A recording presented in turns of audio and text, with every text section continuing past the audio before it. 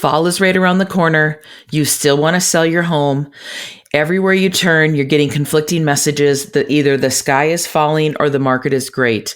You're a seller and you're wondering what is actually going on with the market. And if I want to sell, what is this going to look like? Today on the podcast, I'm going to dive into all things related to selling your home and how to maximize this current market we're in fall of 2023. Let's do this. You're listening to the Girl, Get Your Face Off a Bus Bench podcast, where we invite you to check your ego at the app, grab a cup of coffee, and get ready to dive into all things real estate marketing, social media, friendship, hardship, love, money mindset, and all the things that celebrate you as a badass boss babe. We're here to encourage you, show up for you, give you a loving kick in the pants when you need it most, and be your soft place to land on the hardest of days. So pull up a seat at our table and get ready to be inspired and start living your best life by design.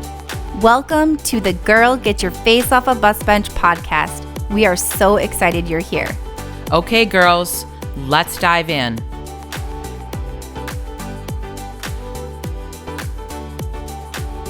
Hey, Bus Bench babes, Beth here doing a solo episode. And guess what? We're talking all about selling your home. Selling your home in fall of 2023 or even the beginning of winter 2023. What is that gonna look like? What does the market look like? And how can you take advantage of what's happening? And what are the pitfalls to avoid so you can get a top dollar sale? Let's do this. Okay, number one, and this should be no matter what the market is doing, you need to work with an experienced agent. An experienced agent is going to be that person that's going to guide you down the path. We do this every day in, day out. We sell homes, we work with buyers, we work with sellers. And so we're in the trenches every day. We know what the market's doing and we get it. We know that the average seller is only selling a home every 5 to 8 years. But guess what? There's a lot of sellers that have been in homes for years and years. We've worked with many sellers this year that have been in homes for 30 years, 40 years. They're selling homes that have been in families for 50 plus years. So those are the people that do not sell homes every day. And they're relying on me and they're relying on other trusted real estate professionals in whatever city they're in to help guide them successfully to the finish line and get a top dollar sale with ideally the least amount of inconvenience. So let's talk about some of the things that an experienced agent will help with. They help with getting your home prepared to go on the market. They're great at helping with pricing the home correctly, marketing, negotiations, and a great agent like myself, we have access to, I always joke, I said I have a Rolodex a mile long of resources and phone numbers and contacts of people that anything under the sun to help you get your home sold. I'm sure I have a resource for it. And if I don't, I'm going to find a trusted resource. So you have all the contacts that you need to get your home prepared to sell for a top dollar. So let's talk about for sale by owners. They're not as common. They're not as common right now. Only about 10% of homes sold in the country were for sale by owner. And NAR, the National Association of Realtor, had a great stat. They said the median for sale by owner, they brought in $105,000 less than an assisted agent sale. Let me say that again, in case you didn't hear it. Of the homes that sold for sale by owner so far this year across the country, this isn't just a Minnesota stat, this is a national stat. NAR, the National Association of Realtors, said the median for sale by owner person brought in $105,000 less than an agent assisted sale. Okay, that kind of blows my mind, right? That should blow your mind too. That should tell you, that should tell you for sale by owner is probably not the way to go in this real estate market. So, what is actually happening here in 2023? We're seeing a lot of, obviously, interest rates are up. Interest rates started going up in June of 2022, and the Fed has been consistently increasing the prime rate pretty much every chance that they get. And they're trying to do that to curb inflation. So we get why they're trying to do it. But is that creating a sky is falling situation? We don't think so. We still have that classic case of supply and demand. There's a lot of buyer demand out there, and we have the lowest amount of inventory that we've ever had. In fact, we have about half the amount of homes for sale than what we did in 2019, which was sort of considered more of like a balanced market. Right now, we're still in a really strong seller's market. So here in the Twin Cities, for instance, we have less than 2 months worth of inventory of homes for sale in most of the Twin Cities. So what that means is if everybody stopped putting their homes on the market, we would be completely out of inventory in approximately 2 months. And in many parts of town, we are at like 1.2, 1.4 months. In certain hot neighborhoods and in certain price points, we have even less than that. There are some places when I've been pulling market analysis for clients that have like 0.7 months of inventory, 0.9 months of inventory. So what that tells us is that if your home is priced and prepared properly, there's a really good chance that you're still going to sell for top dollar, even in this market with high interest rates. So let's talk about things. So what we are seeing is in this market, we are seeing less home sales than what we saw in 2022. 2022 was really like the height of the market. So we are seeing less sales overall. And a lot of that has to do with the fact that we have less homes for sale.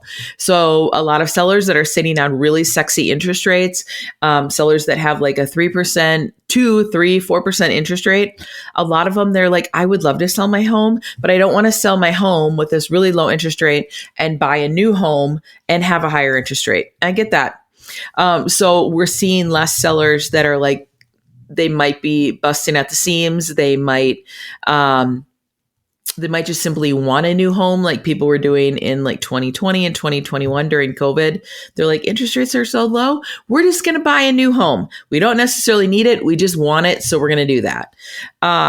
We're seeing less of that. So what that is causing is that buyers, instead of last year where they're throwing the kitchen sink at offers and just hoping that something would stick, we're seeing buyers get a little bit more of the upper hand with negotiations. We're seeing buyers are getting a little bit more opportunity to have home inspections, and seller, like, that's not a bad thing. If you prepared your home properly to go on the market, you shouldn't be concerned if a buyer has a home inspection, because you should feel confident that you've done all the major repairs that are not gonna flub up your sale. So that's something to think about. There's buyers that are able to buy a new home contingent upon the sale of an old home. So buyers are seeing a little bit of wins, even though we are still in a strong seller's market.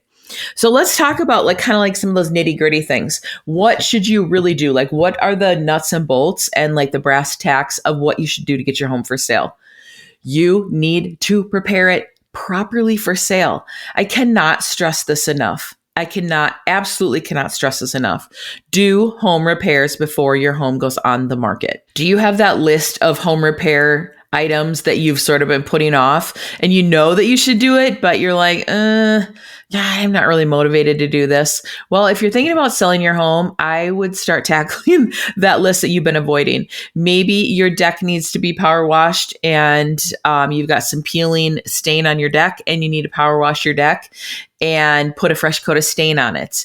Maybe the curb appeal on your home needs a little zhuzhing up. I love the word zhuzhing. The curb appeal is everything from mulch, trim, paint. How about replacing the house numbers and put some cute, front entry lights up? It's all those things. When a buyer walks up to your home, what are they seeing? Because you're driving in and out of your home every day and you're not even viewing it in the same light that a buyer is going to look at. But this is where a trust agent's going to come into play and really know what a buyer wants to see. I had some clients recently. There's happened to be buyers and sellers. And when we first met with them, we did a big walkthrough on their home, and they walked around with a notepad and wrote all the things that I said that they needed to do to get their home ready for sale. And at the time, that didn't make a whole lot of sense. Mr. Seller's like, ooh, this is kind of a long list. And I said, yeah, I'm giving you everything that you can do to make your home have better curb appeal. And then at the same time that they've been prepping their home for sale, they have been looking at new homes for sale. And once we finally found the home that they bought and we got under contract, we were standing outside in front of the home, and Mr. Seller said, now I get why we did that big walk around and you gave me that big list. He said, looking at all these other homes for sale has given me the opportunity to really see it through a different lens. He said, so now when we're walking up to these homes that we're considering buying, he's like, I'm looking at what's important and the fresh curb appeal and pulling out, old overgrown shrubs and painting the decks. He goes, these are all the things that you told us that we needed to do on our home. So now I'm seeing why it's important, why buyers see this as something that's really important. So it was fun. It was great for me from an education standpoint, because at the time when we were making the list, he's looking at me like, holy shit, like Beth, how do you think we're going to possibly get all this stuff done?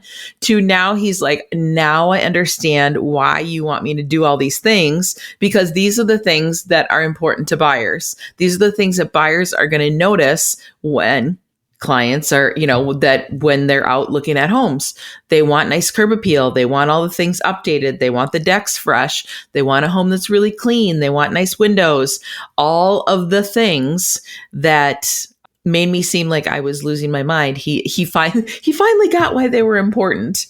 How about doing a total declutter? I tell sellers all the time, declutter your home as much as possible. And frankly, I don't care if you put all of your stuff and stack it neatly on one side of your garage. I honestly don't care. Unless you have one of those garages that is a true show garage and it's like a man cave extraordinaire. I don't care if all of your extra clutter that's been in your house gets boxed up and gets put in your garage. I would rather have it out there than have it jammed into your closets. When buyers are touring your home, they're opening all the closets, they're looking at all the nooks and crannies, and they want to see that your home has space. When you open a closet and stuff is like falling out at you from a buyer's standpoint, then their first thought is, oh, interesting, this house doesn't have enough storage. And that is absolutely not the perception that you want a buyer to have. So if you declutter and take about half of the stuff out of your closets, that is going to make your home show really well. And don't be fooled. Buyers are looking in all the nooks and crannies. They are looking at everything. So total declutter. What decluttering does is that it gives the buyers a sense and feeling like your home is really solid and well maintained. It's all in the psychology of the buyer. So that's the reasoning behind that. I love staging. If maybe your furniture isn't that great. And it's kind of hard to have that conversation and say, okay, well, you have a home that could be really great, but the home just doesn't show in its best light. Many times moving all your stuff out and moving you out and having your home staged can really be that thing that ratchets your house up and makes it show so much better than a competing house. And what if your home's vacant? What if you've already moved and there's no furniture in the property? We do virtual staging as well. That is putting like digital furniture into the photos. And that has come such a long way. It is really hard to tell if it's real or if it's digital. So those are things to think about when you're getting your home ready. Do you need staging? Do you need actual staging, or will digital staging do the trick? How about highlighting your outdoor spaces? So we're just inching on fall. Fall can be a really magical time, especially here in the Midwest. But in other parts of the country, when fall is like, remember when I lived in Florida, fall was one of my favorite times of the year. We were through rainy season. The weathers were tolerable. There was low bugs. And so no matter where you are and what part of the country, highlight all of the features that are going to make a buyer really want to buy your home.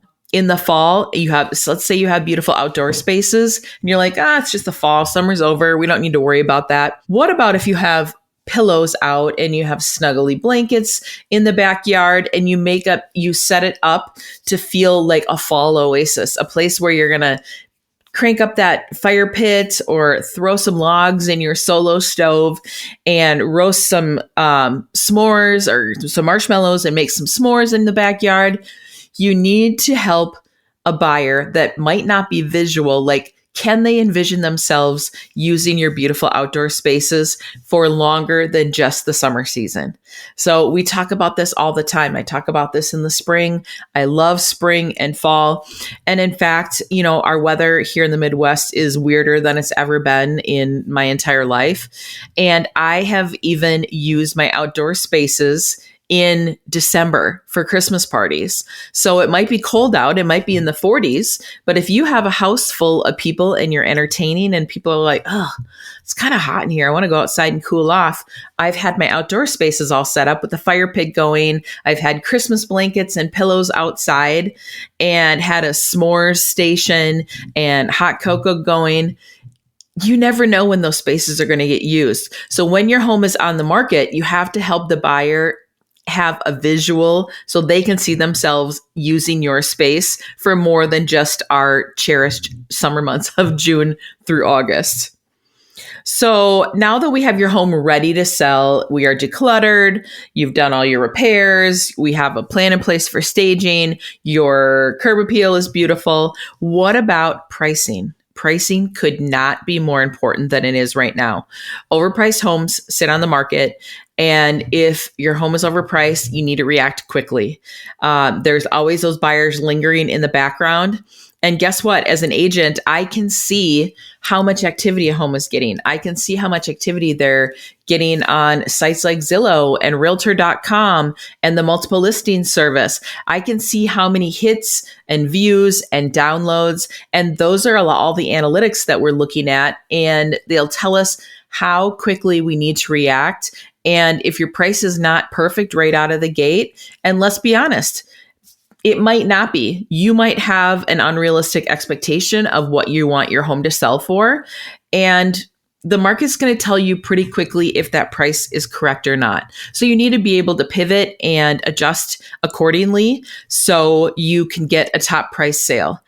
So generally what happens in real estate is that it's better to price your home at market value and get a competitive price and potentially drive your home into multiple offers, which will get a top dollar sale, then listing your home at a top dollar price and then chasing the market when your home doesn't sell. You usually end up making less money in that second scenario. So pricing your home could not be more important. So some of the next things that real estate agents, what we're doing behind the scenes that you as a seller don't always know exactly like how it works and what's happening, but we're doing great marketing. Every time that our team is selling a home, we're thinking about who is the buyer that's going to buy this home? What is the avatar of that buyer? Is this a starter home? So is it going to be a single person or maybe a couple? They're probably not going to have kids yet. They might have some pets. Like, we're trying to think of what that looks like. In the move-up buyer, are they going to have little kids, or are they going to be people that don't have kids yet that are thinking about kids? Is this a really kid-family neighborhood? What about that like executive rambler that I talk about pretty regularly with clients? That's the home that has the primary bedroom on the main floor and then maybe an additional office, which could be called 2 bedrooms on the main floor. And then the other bedrooms are in the lower level, more of like a 1-level living. Well, that home is not quite as desirable for people that have little kids. That's a home that's more desirable for downsizers or maybe downsizers that might have college kids coming back to live with them until they land the perfect job. Or maybe you're completely an empty nester and there's no kids, but you want to have additional bedrooms for when your kids and grandkids come to visit. There are certain types of homes that are going to appeal to certain types of buyers. We love to target our marketing specifically for who we think that buyer is going to be. And why is this important? We want our marketing dollars to be effective. I don't want to just throw this humongous wide net out there and have half of our marketing fall on deaf ears because we are marketing to the wrong people. We want to be marketing to as many of the right people as we can for the home. So the most amount of eyeballs see the property, the most amount of people come through the door for the open house, the most amount of showings happen, and it becomes a numbers game. They say you have to have the more showings you have, the more likely you are to have an offer and to get a top dollar offer. And, in my perfect world, to get multiple offers. Can't always guarantee that, but it becomes a numbers game. So we have to be really strategic with all of our marketing. What about selling at the right time of the year? What I see all too often, and we've talked about this on other podcasts, is inexperienced agents will just throw a house on the market no matter when, days of the week, holidays. There's some seasonality involved, and there's things to think about. Our team loves to do what's called coming soon marketing. And that is for like 5 days to a week before we go on the market. We are advertising your home as coming soon. So you're on the market as coming soon. There are no showings allowed, but we're able to market and push your home on all of our marketing, social media. We're on Zillow, Redfin, like every syndication out there, because we are in multiple listing service, and then multiple listing MLS syndicates out to all the sites. And what that does is that it gives us an opportunity to get exposure before we go on the market, and agents can schedule showings for their clients. Buyers can see when open houses are going to be scheduled. And so and then we like to go on the market near the end of the week. It's always surprising to me, the homes that go on the market on a Sunday, Monday, or Tuesday.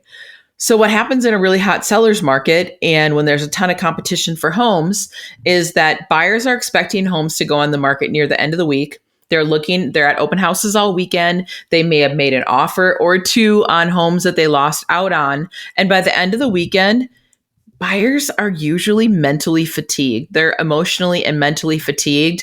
And they're like, man, we went and toured 10 houses this weekend. We went to 3 open houses. We wrote an offer. We lost in multiple offers. I joke, but it's not really a joke, is that buyers need to like kind of sit back, regroup, lick their wounds a little bit, and then go, okay, now what's going to be my new strategy?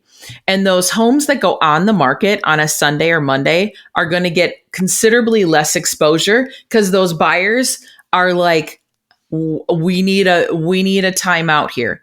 We need to push the timeout button, and we need a few days to regroup before we get back at it. So those homes that are going on the market at the beginning of the week, in my opinion, are getting far less action and opportunity. But from a buyer standpoint, those are the homes you want to jump at. But from a seller standpoint, I think the sellers are putting themselves at a marketing disadvantage by going on the market at the beginning of the week. So that is one of the strategies of why we like to go on the market later in the week, because that's truly what buyers are expecting. And buyers are expecting to be out looking at open houses over the weekend and touring homes. And, I don't want to, especially here in the Midwest when everyone's Minnesota nice, we want buyers to be able to get to open houses, or we'll show them a house and then they'll take a second tour and go to an open house on their own and then say, yep, this is the one. I'm going to write an offer on this property. Avoid holiday weekends. Like, I cannot stress this enough. In the fall, we have considerably less holiday weekends overall than what we do in the summer, spring and summer. But don't list your home Labor Day weekend. It's not a great weekend to list your home. That first week when school's back in session, and there's different starting times. So we have a couple of weeks of when school times start. Everybody is completely obsessed with getting their kids ready for back to school. They're back to school shopping. They're trying to get back into a routine. It doesn't matter if you have kids or not, but those people are not looking at homes for those couple of weeks. So those are things to consider too. If you can wait a couple of weeks and get families or families with kids, or even if your clients don't have kids, but it's a home that a buyer would buy that potentially has kids, these are all the things that you need to consider. Avoid holiday weekends at all costs is my advice. However, on the flip side of that coin, and I know this episode's all about sellers, but on the flip side of that coin, if you're a buyer and homes hit the market on a holiday weekend, those are homes you want to go look at because you're going to have far less competition, especially here in the Midwest. Everybody's up at the cabin. They're doing that last cabin hurrah before everyone goes back to school. But sellers, don't put your house on the market on a holiday weekend. That's the kiss of death for you. Let's talk about photos, videos, 3D tours. If your agent is not doing professional photos, they are doing it wrong. And I will go on that hill and die on that hill. This is not the market. There is no market in history where snapping pictures with your razor flip phone is acceptable. It is not acceptable in any universe. Even if we have homes that sold before market, like, you have to have a decent photo online. And having your home just perfect, having all the pillows fluffed, having the toilet seats down, having the garbage cans tucked away, having all the soap dispensers tucked away. Like, all of these things are things that are super important. We never know where our buyer's coming from. So what if a buyer is looking at a house and they're in Connecticut and they're getting transferred to Minnesota and their agent is going to go do a virtual tour? You need to be able to sell the home to anyone, anywhere in the world. So those photos are going to paint the picture of what that home looks like. 3D tours, videos of the area, additional photos of key things in the area. Say you live right around the corner from the most amazing park. Your photographer should be highlighting that in your photos. We pay extra for things like that when we want to highlight specific community features right around the home, because there are a lot of people that are not familiar with certain areas, and they need to be able to get a full picture when they're flipping through anywhere from 24 to 50 pictures, however many pictures are online. A buyer needs to be able to have a really clear idea of what that home looks like. What is the community going to be like? Is this a walkable community? Oh my gosh, the cutest coffee shop is right around the corner. I can see myself, going there and working in the afternoon. You need to paint that picture. And so professional photos, professional videos, those are what is going to do it. So we're just scratching the surface here. If you are thinking about selling, there are so many key components. We just touched on kind of the key ones here today. So if you're here in the Midwest, if you're here in Minnesota, I would love to talk to you about selling or what selling could look like. I believe you can never start that conversation too early. Maybe you're not going to sell till later in the year of 2023. Maybe you're not even going to sell you're not planning on selling until next year, 2024. But you should get that conversation started sooner rather than later. And what that will do is that will give you more runway to get your home prepped perfectly for a top dollar sale. So I hope you learned something today. I hope you got some takeaways and you're able to kind of get better plans in place for what selling could look like for you. And reach out if you have any questions. I am always DM, phone call, text away. Would love to talk to you about your specific scenario. So until next time, bus bench babes, keep your face off a bus bench and keep being the badass boss babes that you are. Okay, girls, are you feeling as inspired as we are? We're over here cheering you on because you just finished another episode of the Girl, Get Your Face Off a Bus Bench podcast. If you want more, head over to girlgetyourfaceoffabusbench.com for show notes and more episodes. And don't forget to subscribe and leave us a 5-star review. They mean the world to us, and they're what keep us going. Girl, thanks for being here.